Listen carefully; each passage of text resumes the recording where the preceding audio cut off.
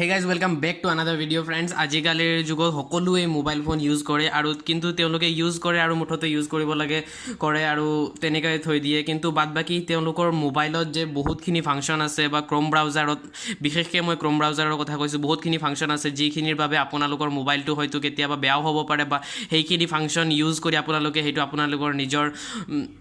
হেল্পৰ কাৰণে ইউজ কৰিব পাৰে তো এতিয়া আপোনাৰ বহুত মানুহে তেনেকুৱা ধৰণৰ কথাবিলাক নাজানে কিন্তু আজি মই সেইকাৰণে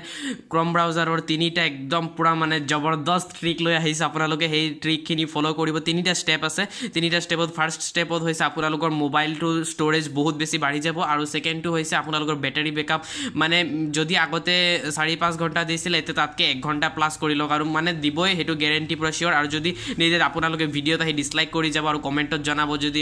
নাই হোৱা যদি ফ্ৰেণ্ডছ থাৰ্ড ষ্টেপটোৰ পাছত মানে আপোনালোকৰ কি হ'ব আপোনালোকৰ নেট ছুপাৰ ফাষ্ট চলিব মানে মুঠতে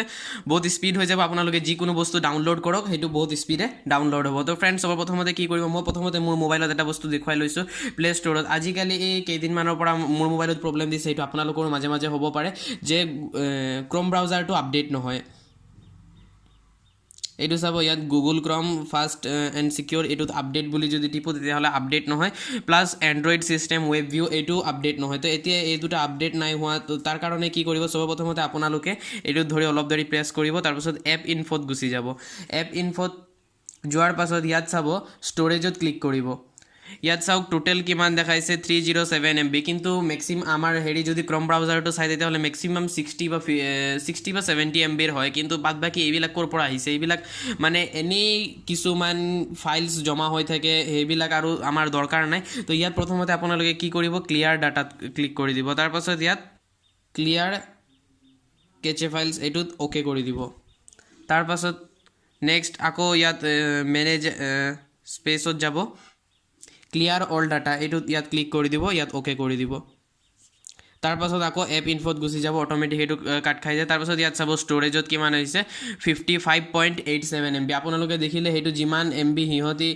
55.87 এপৰ চাইজ হয় সেইখিনিয়ে আছে এইটো মাজে মাজে আপোনালোকে কৰি থাকিব আৰু বাদবাকি এইটো ফাৰ্ষ্ট ষ্টেপটো আছিলে এইটো তাৰপাছত ছেকেণ্ড ষ্টেপটো কি হৈছে আপোনালোকে প্ৰথমতে ক্ৰোম ব্ৰাউজাৰটো অ'পেন কৰি লওক ইয়াতে একচেপ্ট এণ্ড কণ্টিনিউ কৰিব ইয়াত নেক্সটত ক্লিক কৰক য়েছ আই এম ইন ইমানখিনি প্ৰচেছ কৰাৰ পাছত ইয়াত তাৰপাছত চাৰ্চ কৰক ক্ৰোম বুলি ক্ৰোম ইমানখিনি চাৰ্চ কৰাৰ লগে লগে ইয়াত আপোনালোকৰ অপশ্যন দেখুৱাই দিব ক্ৰোম URLs বুলি এইটোত ক্লিক কৰক ক্লিক কৰাৰ পাছত কেইবাটাও অপশ্যন এনেকুৱা ধৰণৰ খোল খাব ইয়াত আপোনালোকে এইটো অপশ্যনত ক্লিক কৰি ল'ব ডিভাইচ লগ বুলি ক্ৰোম ডিভাইচ লগ এইটোত ক্লিক কৰিলে ক্লিক কৰাৰ পাছত অকণমান জুম কৰিব ইয়াত চাব কেইবাটাও অপশ্যনৰ টিক মাৰ্ক দিয়া আছে log in network power bluetooth USB HID printer এইবিলাকৰ ভিতৰত ইয়াত যিটো পাৱাৰৰ অপশ্যন যিটো আছে এই পাৱাৰৰ অপশ্যনটোত আনটিক কৰি দিব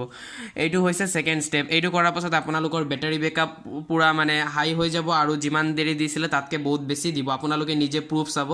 তাৰপাছত এইটো কাটি দিব এবাৰ কাটি গোটেইটো পুৰা কমপ্লিট ক্ল'জ কৰি দিব ক্ল'জ কৰাৰ পাছত আকৌ ৰিঅ'পেন কৰিব এতিয়া থাৰ্ড ষ্টেপৰ ফালে যাওঁ থাৰ্ড ষ্টেপটোত আমি কি কৰিব লাগিব থাৰ্ড ষ্টেপত ইয়াত আকৌ আপোনালোকে চাৰ্চ কৰিব ক্ৰোম বুলি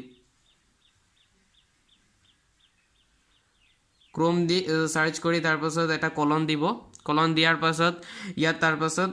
দুটা স্লেছ দিব স্লেছ দিয়াৰ পাছত ইয়াত ফ্লেগছ বুলি চাৰ্চ কৰিব এফ লিখোঁতে ইয়াত চাওক বাকীখিনি আহি গৈছে এইটোৱে অপশ্যন হয় এইটোত চাৰ্চ কৰিলে চাৰ্চ কৰাৰ পাছত ইয়াত কেইবাটাও বহুতখিনি অপশ্যন আছে এইবিলাক বাকী সেইবিলাক আপোনালোকৰ চেঞ্জ কৰা সেইবিলাকত আপোনালোকে যি টি কৰি নিদিব নহ'লে বা সেইখিনি বাই ডিফল্ট হৈ আছে সেইখিনি বাদ দিয়ক এতিয়া যোনটো দেখুৱাইছে অকল সেইটোহে কৰিব ইয়াত আপোনালোকে চাৰ্চ কৰক পেৰেলেল ইয়াত চাওক অপশ্যন আহিয়ে গৈছে পেৰেলেল ডাউনলোডিং ইয়াত চাওক অপশ্যনত আমাৰ কি আছে পেৰেলেল ডাউনলোডিঙত ইয়াত ডিফল্ট বুলি দেখুৱাই আছে ইয়াত আপোনালোকে যাব ইয়াত ইনেবল কৰি দিব এইটো পেৰেলেল ডাউনলোডিং সেইটো ইনেবল কৰিলে ইনেবল তাত ক্লিক কৰাৰ পাছত ইয়াত চাব ৰিলঞ্চৰ অপশ্যন আছে এই ৰিলঞ্চত ক্লিক কৰাৰ পাছত এপটো এবাৰ বন্ধ হৈ আকৌ ৰিঅ'পেন অট'মেটিক হৈ যাব এইটো গোটেইটো ৰিঅ'পেন হ'ল ইয়াত চাওক ইনেবল বুলি অপশ্যনটো হৈ আছে তো ফ্ৰেণ্ডছ এইকেইটা ছেটিং কৰাৰ পাছত আপোনালোকৰ মোবাইলটোৰ বেটাৰী বেকআপো বাঢ়ি যাব ষ্ট'ৰেজো বাঢ়িব আৰু প্লাছ ডাউনলোড এইটো যোনটো লাষ্ট যিটো ষ্টেপ দেখুৱালোঁ সেইটোৰ কাৰণে ডাউনলোডিং স্পীডটো পূৰা জবৰদস্ত পাব আৰু যদি ফ্ৰেণ্ডছ ভিডিঅ'টো ভাল লাগিলে তেনেহ'লে লাইক কৰক আৰু এনেকুৱা ধৰণৰ ইণ্টাৰেষ্টিং ভিডিঅ'জ মোৰ পৰা পাই থাকিবলৈ কাৰণে চেনেলটো ছাবস্ক্ৰাইব কৰি লওক আৰু কাষতে থকা বেল আইকনটো প্ৰেছ কৰি ল'ব থেংকছ ফৰ ৱাচিং দিছ ভিডিঅ'